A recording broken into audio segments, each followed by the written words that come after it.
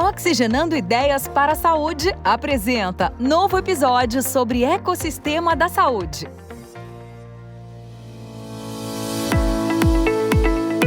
Olá, seja muito bem-vindo ao podcast Oxigenando Ideias para a Saúde. Eu sou Eduardo Mangione, CEO da ePharma, e convido você para se conectar às tendências e novidades junto aos protagonistas que estão transformando o mercado de saúde no Brasil.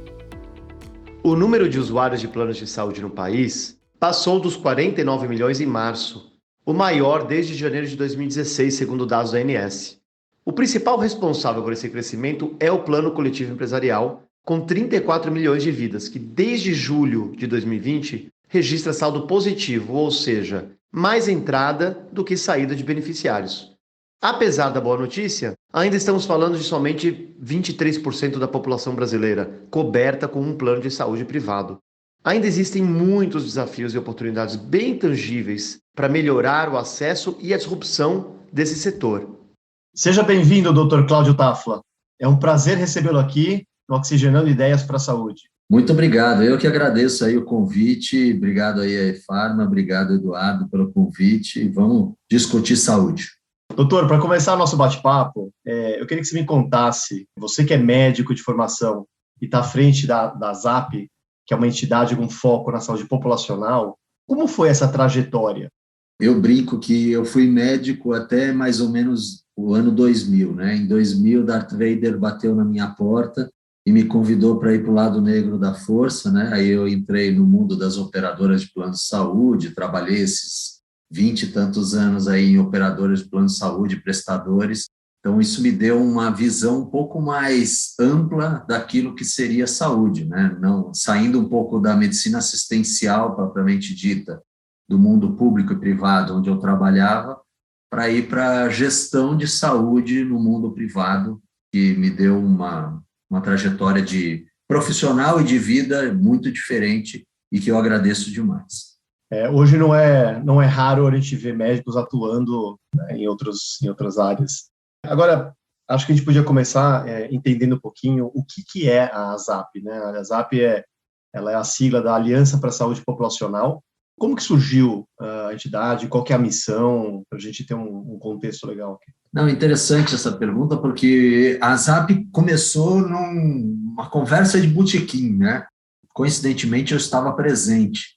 Algumas entidades que já discutiam um pouquinho o rumo da saúde, né, de como o mundo da saúde estava mudando, muito influenciadas por entidades internacionais que já discutiam o rumo da gestão de saúde populacional, se reuniram, né, como amigos mesmo, não como entidades, para discutir, falar assim, olha, a gente precisa fazer alguma coisa nesse sentido para mudar esse rumo da saúde, porque as coisas mudaram em todo o mundo e vão mudar aqui no Brasil. A gente tinha ainda um certo delay, a gente está falando aí de 10 anos, 15 anos, né, de discussão.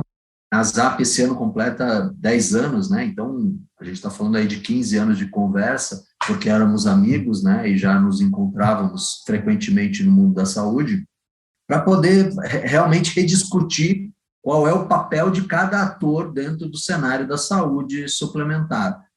Muito focado na gestão de saúde populacional, que era a influência dessas entidades internacionais que a gente tinha, que depois se transformou em DMI, né, Disease Management Institution, depois virou Population Health Alliance, várias migrações e mudanças que aconteceram lá fora e que a gente trouxe aqui para dentro para discutir gestão de saúde populacional. Excelente. Quando a gente fala em inovação e uso de dados, principalmente, eu vi que a ZAP criou uma ferramenta chamada de Health Scorecard, né, que tem o objetivo aí de avaliar o nível de maturidade dos programas de saúde corporativos que foram desenvolvidos nas empresas. Você acha que essa seria uma forma de mensurar como as empresas estão promovendo ações de saúde? O papel da ZAP, na realidade, seria realmente mentorear, né, tutoriar programas de gestão de saúde de acordo com aquilo que as associadas e o mundo da saúde deseja fazer. E aí a gente começou a discutir nessa trajetória como é que a gente poderia usar critérios, indicadores, metas objetivas e não tão subjetivas em gestão de saúde populacional, mas que tivessem aderência aquilo que as empresas, aquilo que as operadoras, aquilo que os prestadores estavam fazendo naquele momento. Por isso que a gente criou essa cartilha. E a gente criou outros indicadores também, a gente criou outras ferramentas de gestão de saúde populacional, inclusive bem embrionárias para quem ainda não começou gestão de saúde populacional, a saber o que medir, né, a entender sua população, como identificar os riscos dentro da sua população, e aí, ao identificar riscos dentro da população, como trabalhar esses riscos de forma mais objetiva, mais assertiva, porque o investimento sobre gestão de saúde populacional tem que ser medido por aquilo que você coloca de aporte, mas aquilo que você, no final da linha, captura de retorno, né? Então, se você conseguir ser mais assertivo em populações, trabalhar com ferramentas mais eficientes, você vai ter um resultado muito melhor. E curiosidade, mas se alguém quiser ter acesso a esse scorecard, onde poderia buscar? Qual que é o caminho? Todos os materiais estão disponíveis no site, né, azapsaude.org.br, esse é o site da ASAP. Lá você consegue ter todas as informações sobre todos os materiais, indicadores, manuais que a gente tem disponível. Logicamente, existem algumas áreas que são circunscritas a associados, mas com um determinado contato, a gente estabelece relações aí, e para não associados, eventualmente, a gente abre algumas coisas, dada a parceria, a intenção da utilização. Legal, fica a dica então para o pessoal que está escutando. Doutor, falando em saúde suplementar, a gente tem dados que mostram que a taxa de sinistralidade dos planos de saúde médico-hospitalares em 2021, ano passado, eles chegaram a 86%, né, que foi o maior desde 2001, quando o índice começou a ser divulgado pela ANS. Como que o senhor vê isso? Você atribui esse aumento ao impacto da pandemia? Existe sim o impacto da pandemia, né, onde a gente viu não só no setor de saúde privado, mas no setor de saúde público, o esgotamento dos equipamentos de saúde, hospitais lotados, laboratórios lotados, o mundo não sabendo muito como interagir com esses casos. E aí, quando a gente não sabe como interagir, em saúde principalmente, a lei de Homer aparece, né? E aí, assim, para cada coisa que existe demanda aleatória, acessória, abusiva, às vezes, né? E aí a gente perde um pouco do controle, porque como a gente não sabe como interagir e o desfecho final é morte, né? Se a gente não interagir, a gente acaba investindo tudo aquilo que a gente tem de armamento para poder brigar. E aí, assim, a Covid, inclusive, foi um bom exemplo em curto período, né, porque a gente está falando aí teoricamente de 2 anos, como o sistema de saúde, principalmente o sistema de saúde privado, pode se beneficiar de determinados momentos e como ele se prejudica em determinados momentos. Porque também, se a gente for ver o primeiro semestre de 2020, a sinistralidade das operadoras baixou demais. Então, essa oscilação, dentro de um período tão curto, demonstra como a gente gere mal a gestão de saúde populacional, e a gente precisa estar um pouquinho mais próximo, porque cataclismas podem causar diminuição radical da utilização e baixar os custos, mas, em contrapartida, gerar uma bomba relógio que, em algum outro determinado momento, aumenta a demanda, aumenta a utilização e aumenta o abuso, inclusive, de determinados serviços, causando uma distorção que muitas vezes pode quebrar o sistema, né? Ah, sem dúvida. O interessante que eu notei é que mesmo com a crise econômica que a gente teve no país, os planos de saúde mantiveram a curva de crescimento. Isso me chamou bastante atenção. Quais estratégias os planos têm utilizado para fidelizar seus clientes, né, inovar no atendimento e, inclusive, né, manter essa curva de crescimento em períodos complicados como esse?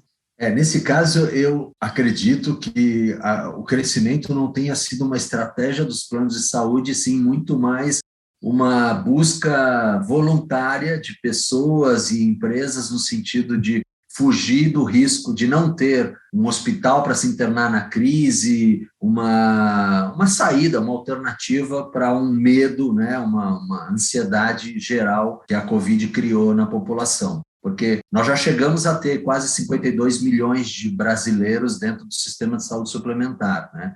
Então, em outros momentos, dado a criação de PIB, né, dentro do Brasil, porque duas coisas aumentam a quantidade de beneficiários dentro do sistema de saúde privado hoje no Brasil: o aumento do PIB e o aumento do emprego formal. Se a gente tem um aumento do PIB, aumento da riqueza do país, e isso gera mais empregabilidade, gera mais investimento e as empresas começam a investir, como 80% quase dos planos de saúde privado são planos coletivos, né, ou coletivos empresariais ou coletivos por adesão, as empresas contratam mais, as empresas fornecem planos de saúde e as pessoas se inserem dentro do sistema de saúde privado, dada a riqueza do país.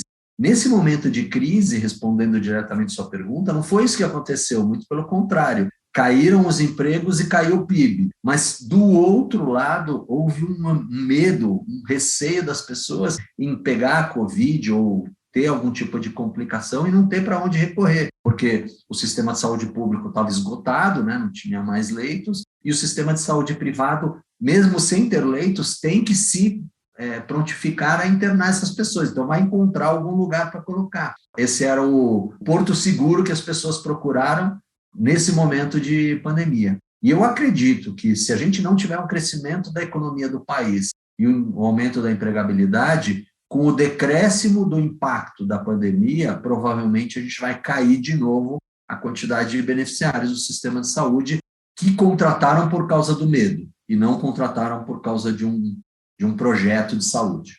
Quer dizer, a correlação com a economia e com o emprego formal, ela é direta, né? Ela é altíssima. Se a gente consegue entrar no site da Agência Nacional de Saúde, no caderno de informações, eles inclusive fazem um gráfico sobre isso, e é impressionante como as curvas elas se repetem, né? Elas estão diretamente associadas. Então, com certeza, esse é um fator de impacto relevante para o sistema de saúde privado. E para quem paga a conta? Nesse caso, a gente estava comentando, os RHs de empresas que contratam os planos de saúde, né? Quais são as principais preocupações? O que eles estão buscando para complementar a jornada de saúde do colaborador? Para onde vai as tendências, na sua visão? Como a gente tem visto que grande parte do crescimento dos planos de saúde provém do setor produtivo do país, né? Empresas, os planos coletivos, para as empresas poderem contratar mais, elas precisam realmente ter condições de crescerem como empresas e contratarem mais pessoas para incluí-las no sistema de saúde. Como é que isso pode ser feito? Isso pode ser feito, e assim, não é puxando a sardinha para o nosso lado, mas através de um programa bem denso, bem consistente de gestão de saúde populacional dentro das empresas, né? Porque a gente sabe que o segundo maior impacto em termos de custo das empresas é o plano de saúde, né? A questão da saúde. Primeiro é a folha de pagamento, o segundo são os planos de saúde.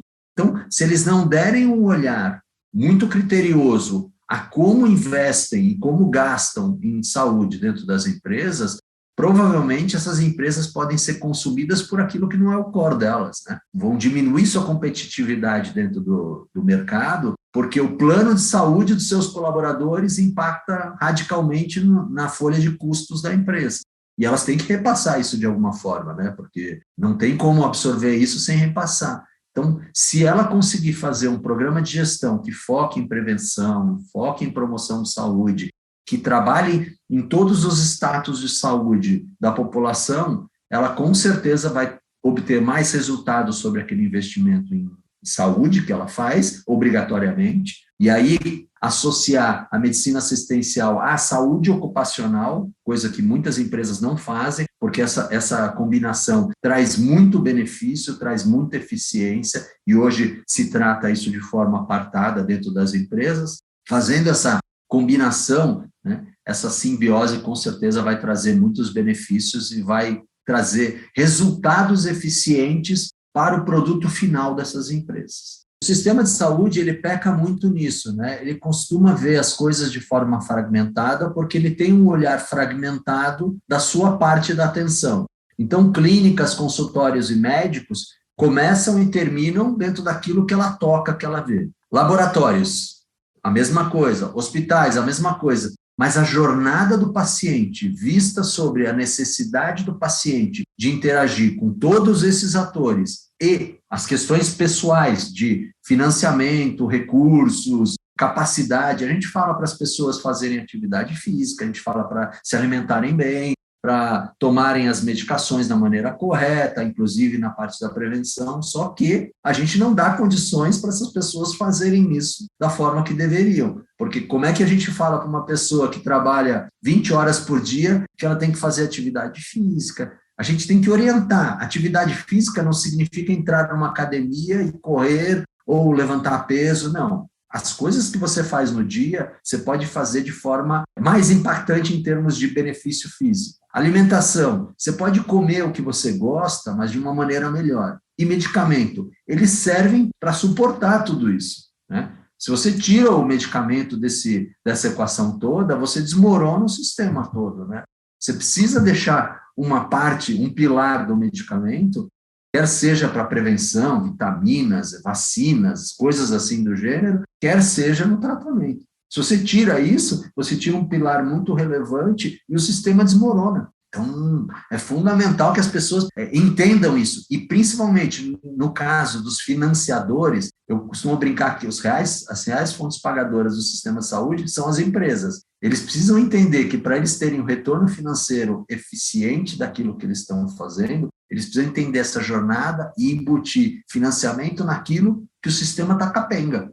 E, no caso do medicamento, ele está muito capenga, porque não há cobertura para medicamentos ambulatoriais dentro do sistema de saúde privado. Então, ele precisa usar esse recurso que ele tem para fazer a ponte da jornada desse paciente e esse paciente continuar melhorando em termos de status de saúde. Excelente. Doutor, então, voltando para o cenário brasileiro, a população comprovadamente está envelhecendo. Segundo estimativas da OMS, enquanto a quantidade de idosos vai duplicar no mundo até o ano de 2050, no Brasil ela vai praticamente triplicar e pode se tornar a sexta população mais idosa do planeta. Como que os planos de saúde estão se preparando para lidar com esse novo cenário? Pensando até no fato de que só 20 e poucos % da população tem, né, um plano privado. Eu estenderia a pergunta não só aos planos de saúde, mas a todo o sistema de saúde, tanto público como privado, como é que ele está se preparando para essa mudança demográfica que o Brasil vai sofrer. O problema não é a mudança em si, o problema é o tempo de mudança, porque se a gente for olhar países europeus, esses países demoraram 200, 300 anos para chegar nesse perfil demográfico de quantidade de pessoas 60 a mais, que o Brasil vai fazer em 30, 40 anos. E como é que um sistema de saúde jovem, não bem preparado, consegue se preparar para a inclusão de pessoas que têm demandas totalmente diferentes de pessoas abaixo dos 59 anos? O sistema de saúde vai sofrer bastante, já tem sofrido, né? Só para dar dados, né? Eu, quando entrei no sistema de saúde, a gente não aceitava ou não conseguia ver mais do que 1% da população acima de 60 anos dentro das operadoras de plano de saúde, né? E como você bem disse, hoje já existem operadoras que trabalham apenas com 50 a mais, ou com 60 a mais, focam nesse trabalho. Então, essa população precisa de um olhar de gestão de saúde populacional radicalmente diferente, precisa ser feito uma prevenção e uma interação muito próxima, o acompanhamento tem que ser muito próximo, para que a gente possa prevenir o que der para prevenir, prever o que dá para prever e interagir em tempo certo com essa população, para que ela não piore seu status de saúde e não comprometa a complexidade do sistema de saúde que já está muito esgotado. Primeiro, né, criar um ambiente dentro do domicílio dessas pessoas para que elas não tenham riscos de saúde externos, do tipo canto de mesa, tapete mal colocado, encontrar uma situação de saúde que elas possam se sentir, entre aspas, seguras ou terem a quem recorrer, e aproximar o sistema de saúde, que sempre foi um sistema de saúde reativo à doença, reativo a todo tipo de tratamento, num sistema mais proativo, entendendo as demandas e entendendo as necessidades dessa população. Se a gente não fizer isso, e não fizer isso muito rápido, a gente vai sofrer os impactos dessa curva demográfica muito mais do que os outros países sentiram. Sem dúvida, é uma grande preocupação.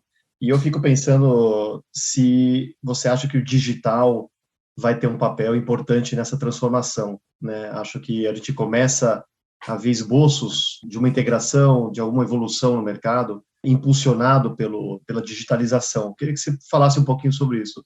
É muito interessante essa pergunta, né? Porque ao mesmo tempo que a gente tem que dar um olhar para a fase, vamos dizer assim, melhor da vida, né? Que a gente não pode falar de idosos, até porque eu também, já daqui a pouco estou lá dentro, então fica difícil ficar falando de idosos aí, né? Como a gente tem que preparar isso e ao mesmo ponto, né? No mesmo momento, trabalhar também a questão da tecnologia, que a gente sabe que as pessoas não têm esse acompanhamento fácil com tecnologia. E aí vem aquela imagem na cabeça que a gente precisa ser simples, mas não simplório. Então, como é que a gente consegue ser simples para que as pessoas tenham usabilidade, tenham capacidade de se inserir nesse mundo, sem ser simplório, ou seja, não agregar nada a ele, né? Muitas tecnologias e muitas pessoas nessa fase da vida já começaram a se adaptar por outras questões, quer seja mobilidade, quer seja questões financeiras de banco, às tecnologias. E a saúde precisa se inserir nesse sistema, encontrando aquilo que as pessoas escolheram para usar. Aparelhos celulares, smartphones, contatos muitas vezes, né? Eu acho que para essa população, você tirar radicalmente qualquer tipo de contato físico e telefônico vai ser muito difícil. Então, vai ter que se preparar o sistema de saúde reorganizando as necessidades e demandas de cada uma das populações em cada um dos status de saúde e de idade, com um sistema de saúde preparado para atender a cada uma dessas idades, demandas e necessidades. Se não for feito dessa maneira, a gente vai desencaixar alguém. E aí, quando a gente desencaixar alguém do sistema de saúde, a gente não está fazendo gestão de saúde populacional e a gente vai pagar um preço caro por isso. Sem dúvida, inovar é fundamental para sobreviver, né? Para a sobrevivência das companhias, do nosso sistema de saúde como um todo. Como que o senhor vê o futuro do setor de planos de saúde no Brasil? Principalmente quando a gente compara aí com o resto do mundo, né? Onde que o Brasil sai na frente e onde que a gente está atrasado? Eu queria puxar a resposta pelo lado da inovação, porque assim, se a gente não se inovar e se a gente não usar as tecnologias, tanto de dentro do sistema de saúde quanto de fora do sistema de saúde, para trabalharem para nós, a gente vai se esgotar como sistema, com certeza. Então, não tem jeito. Mas a gente já tem visto muitas tecnologias fazendo efeito dentro do sistema de saúde, né? Acho que a mais discutida recentemente é a telemedicina, né? Telesaúde, né? Porque a gente não pode se restringir apenas à parte médica, mas sim expandir todo esse acesso remoto a todos os profissionais de saúde, todas as interações de saúde. Mas a gente tem uma quantidade absurda de devices, né? Para controle para saber se o paciente está tomando ou não está tomando os medicamentos no horário certo, interações do tipo Big Data para poder interagir todos os dados da utilização dele dentro do sistema para entendê-lo melhor e oferecer um projeto de saúde para ele melhor e mais aderente àquilo que ele faz. E como você falou, o que o sistema de saúde brasileiro está fazendo em relação ao que o sistema no mundo está fazendo. A gente não está muito atrás, não, muito pelo contrário. Eu dou aula, né, de sistemas de saúde dentro do Brasil e do mundo, e a grande discussão é o que a gente consegue capturar de bom de cada um do sistema para montar um sistema de saúde melhor aqui no Brasil. Eu acho que é essa a vantagem do Brasil. Como outros países, teoricamente, já testaram muitas coisas, em termos de modelo de remuneração, em termos de interação com populações, modelos de interação. A gente pode aprender sem precisar errar o que eles já erraram, capturando todas essas informações e montando um sistema melhor, com aquilo que já foi aprendido e trouxe benefício para o sistema, e descartando aquilo que já foi aprendido e não trouxe benefício. O sistema de saúde brasileiro tem condições, por ser, vamos dizer assim, menos estruturado que os outros, em fazer determinadas coisas que eles estão fazendo melhor. E eu acho que é isso que a gente precisa aprender. A gente não precisa errar os mesmos erros que eles estão errando. Excelente resposta, e concordo 100%. A gente, para transformar esse mercado, né, que é iminente e necessário, a gente vai realmente precisar desse benchmarking, das melhores práticas, né, e conseguir, de alguma maneira, correr em paralelo, né? A gente não pode aprender do zero, senão a demora realmente vai ter um custo muito alto para o sistema. Para encerrar, doutor, queria fazer mais uma pergunta. O senhor tem uma carreira brilhante, inspiradora e não muito linear. Afinal, é médico, empreendedor, empresário, presidente, professor, quer dizer, tem multifaceta nesse sentido, né? E nós aqui temos uma audiência jovem que está iniciando suas carreiras e é sempre importante deixarmos algum aprendizado, alguma dica de carreira que poderia fazer diferença para aqueles que desejam ou ser médicos ou exercer outros papéis nesse ecossistema de saúde. Você deixaria uma dica aqui para a gente, um aprendizado, alguma coisa que eu acho que quem mais me ensina no dia a dia são meus filhos, né? Eu tenho filhos nessa faixa etária. O que eu consigo ver neles é a não linearidade da escolha da profissão e tudo mais. Eu acho que isso é brilhante, porque antigamente a gente tinha que decidir muito jovem qual era a faculdade que a gente ia fazer, e aí aquilo ia ser, teoricamente, nosso porto seguro, mas nossa amarra também, né? Olha, você escolheu isso, você vai ter que caminhar nesse sentido e nessa direção até o final da sua vida. Hoje você não precisa mais disso, né? Existem engenheiros empreendendo na saúde, existem advogados empreendendo em M&A, indo para outros. Acho que a gente tem que aprender a capturar o conhecimento, a gente tem que sempre estar disposto a aprender e utilizar tanto aquilo que a gente capturou, tanto aquilo que a gente aprendeu, em benefício de melhorar alguma coisa. Se a gente tiver esse olhar, não importa se você está fazendo uma carreira vertical dentro da área que você escolheu, uma carreira transacional. Eu já fui para várias áreas, né, como você bem disse, mas isso tudo não é uma coisa aleatória dentro da formação, é uma busca que as pessoas precisam ter. Você precisa estar aberto e disposto a estar sempre aprendendo, a estar sempre se modificando e muito mais. Olhando também para onde é que o mundo está indo. Não adianta você também se super especializar numa carreira que vai morrer, né? Porque isso vai te trazer um alto benefício, mas um baixo retorno. E, teoricamente, você precisa estar aberto a essas modificações. Eu acho que o mundo mudou muito e as pessoas já estão se adaptando, conseguindo se adaptar com essa nova cabeça. Eu acho que isso traz muitas vantagens. E convido fortemente esse povo todo a conhecer o mundo da saúde. Eu sou advogado, eu sou engenheiro. Pessoal, a gente precisa demais da cabeça de gente de fora para pensar a saúde, porque durante muito tempo a saúde foi conduzida por gente formada dentro da saúde que não conseguiu resolver todos os problemas da saúde. Essas pessoas que vêm de fora com cabeças abertas, com cabeças inovadoras, trazem muito benefício ao sistema de saúde, interagindo com pessoas grisalhas, né? Como você falou no começo, que eu acho que é importante. A gente também não pode descartar radicalmente todo esse conhecimento e experiência das pessoas que já viveram muitas coisas. Seria essa a síntese, não tão sintética, mas uma síntese daquilo que eu poderia falar. Dr. Cláudio Tafla é médico e professor na Faculdade São Camilo e na FGV. Foi executivo na Mil, Allianz, Mapfre e Hospital Care. Atualmente é presidente da ZAP, Aliança para a Saúde Populacional, e diretor médico da startup Nilo Saúde. Dr. Cláudio Tafla, muito obrigado por sua valiosa participação. Eu que agradeço aí o espaço e estou à disposição aí para contribuir naquilo que a gente puder.